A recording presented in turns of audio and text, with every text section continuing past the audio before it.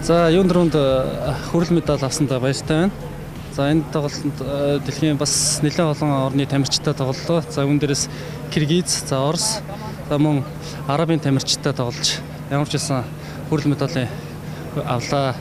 Энэ хүрэл медалийг авахд бас манай ажлын хамт олон за мөн Гаруда академи багш нар мөн академи спортын тамирчтай маш их баярлалаа гэж бас хэлмээр байна. Таныг бас прокурор гэж сонссон. Ер нь хизэнээс энэ спортыг сонгох болов яагаад сонгосон? Юу нь тань таалагддаг вэ?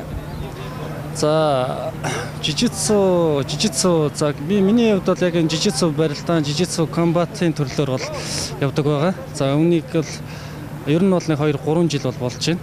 За яг ингээд сонирхож эхлээд энэгээр хичээлээд 2-3 дахь жилдээ болж байгаа. Тэгээд ер нь бол энэ спортоор хичээснээр бол их төлөвшил болон тэгээд энэ спорт бас их дурлаж цаашаа бол амжилт үзүүлэх болно гэж хэлмээр байна да.